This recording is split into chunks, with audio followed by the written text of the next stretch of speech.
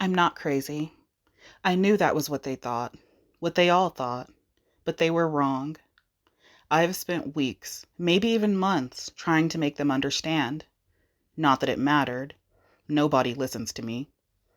They call it a breakdown, a psychotic episode. But I saw what happened. I saw the truth. I'm not crazy. They call it a disorder, as if I was crazy. When I first came here, they tried to convince me I was seeing things. They tried to tell me I was crazy when I'm not. And they tried telling me that what happened was something that could have been prevented. Now I'm stuck here in this ugly room where there are people that, unlike me, are crazy. That therapy room is cold. The walls are washed out gray, like everything else in this place. This morning I sat in a circle with the other patients, who stared vacantly at the floor, lost in whatever corners of their mind held them prisoners. Across from me, the therapist sat, her expression calm and practiced. She had one of those faces that never gave anything away. I hated that. How could I know what she was thinking if she didn't show it? It started slowly, I began, my voice raspy, cracking from weeks of repeating the same story over and over. The therapist nodded, her pen ready to scribble down my words. It didn't matter what I said. They were just notes to her, more material to analyze. I'm not crazy, I muttered, feeling the stares of the other patients pressing down on me. I closed my eyes, forcing myself back to that time before it all went wrong. My job had consumed me. I was always buried in work, staying late at the office, bringing piles of paperwork home with me. I barely had time for Elena and the kids. They understood, or at least they pretended to. Elena would say, "You're doing this for us," whenever I apologized for missing another dinner. The truth was, I missed many dinners. Missed many bedtime stories, movie nights, weekends at the park. I was always lost in the stress of deadlines, projects, promotions, the endless grind. It was during one of those long nights at my desk that I finally noticed something had changed. I came home to find the house eerily quiet, too quiet for a family with two young children. The air felt thick, suffocating. Elena was in the kitchen, standing motionless in the dark. When I flicked on the light, she jumped, as if caught in some forbidden act. She turned to me, and I swear her eyes glinted with a strange light. Not the familiar warmth of my wife's gaze, but something cold, calculating. "I'm just tired," she had said, forcing a smile. I wanted to believe her. God, I wanted to believe her. But after that night, things only got worse. I opened my eyes, returning to the sterile room. "They started changing," I said, glancing around at the others, hoping for a flicker of understanding. There was none. The therapist kept writing, her eyes never leaving me. "What kind of changes?" she asked, her voice cool and cynical. "They weren't themselves," I continued, running a hand through my hair.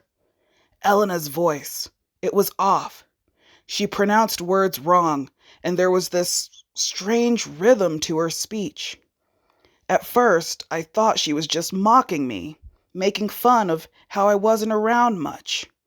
I shook my head, gripping the arms of my chair. "But it wasn't a joke. It was something else. Like she was trying to pretend to be my wife." The kids, too, started acting strangely. I used to come home to their laughter, but now they barely spoke to me. They would sit on the couch, holding hands, watching me with wide, unblinking eyes. I would talk to them, ask them about their day, but they would just smile and stare. That smile. It wasn't the innocent, joyful one I remembered.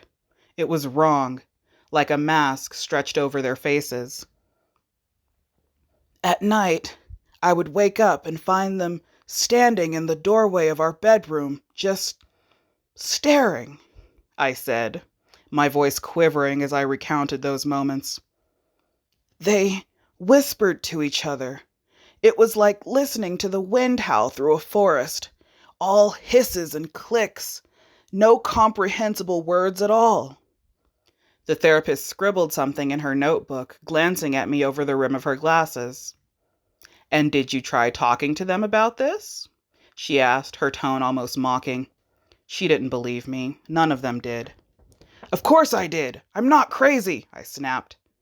"I asked them what they were doing, why they were acting so strange, but they'd just laugh it off. Elena would say I was working too much, that I was stressed." I felt my anger rising, my hands clenching into fist. "I was working too much, but that didn't mean I imagined it. I started noticing bruises on their skin, strange marks, like tiny claws had scratched them. I'd ask and they would just look at me, smiling, as if I'd asked the stupidest question in the world." I rubbed my temples, feeling the headache building again. It always came when I tried to remember those days. "I thought I was losing it. I even went to a doctor, got a checkup, but I was fine. There was nothing wrong with me." I leaned forward, locking eyes with the therapist. "I'm not crazy. I know what I saw." My nights became sleepless. I would lie awake listening to them move around the house, whispering, plotting. One night I set up cameras. I needed proof, something to confirm I wasn't imagining things. But every morning, the footage was gone, wiped clean.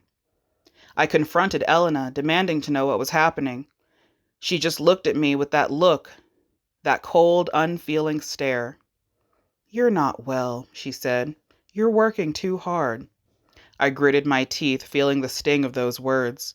They used my guilt against me, made me doubt myself. But then I saw it, and I knew, that final night, God, I'll never forget. I slumped back into my chair, staring at the floor. "I came home early. I thought I'd catch them off guard." I swallowed, my throat dry, recalling the night that awaited me. "Elena was in the kitchen, pretending to be speaking to something in the dark. I couldn't see what it was, but I felt it, like a presence pressing down on me, filling the room with that sickly sweet smell." I glanced around the therapy room, the shadows flickering in the dim light. "Her skin, it moved, rippling like water, peeling away. And her eyes, they glowed bright, yellow, like an animal's caught in the night." The room was silent. Even the other patients seemed to be holding their breath. I took a shaky one myself, fighting the panic rising in my chest. "The kids crawled out of the shadows," I continued, my voice barely more than a whisper now. "Their bones, bent the wrong way. Their mouths stretched open, pretending to smile, but it was too wide, too many teeth." I clenched my eyes shut, hearing their hissing laughter echo in my skull. "I had to stop them," I said, my voice breaking. "I grabbed the knife. I had to. They weren't my family anymore. They were monsters wearing their skin. They would have killed me. I was saving them. "You were saving them," the therapist interjected, her voice cold and detached. "From what?" I looked at her, my heart pounding in my chest. "From whatever had replaced them," I croaked. "You don't believe me, do you? I'm not crazy." I asked, my eyes burning with fury and despair. "But you saw it too. The police found the marks on their body, the marks that didn't make sense. You read the reports." She said nothing, just stared at me, scribbling in her notebook. I glanced around the room, feeling my sanity slipping through my fingers. The lights flickered, and for a split second I saw it. The therapist's face blurred, her skin rippling like a disturbed pool of water. I blinked and it was gone. "You saw it too!" I screamed. "I'm not crazy. They're still out there!" I thrashed as they grabbed me, gesturing me to get out. "You have to believe me!" As they dragged me out, I caught one last glimpse of the therapist. Her eyes glinted with a sickly yellow light, and she smiled, her lips stretching just a bit too far. As I leave yet another meeting, I knew they would never believe me. Unlike them all, I'm not crazy.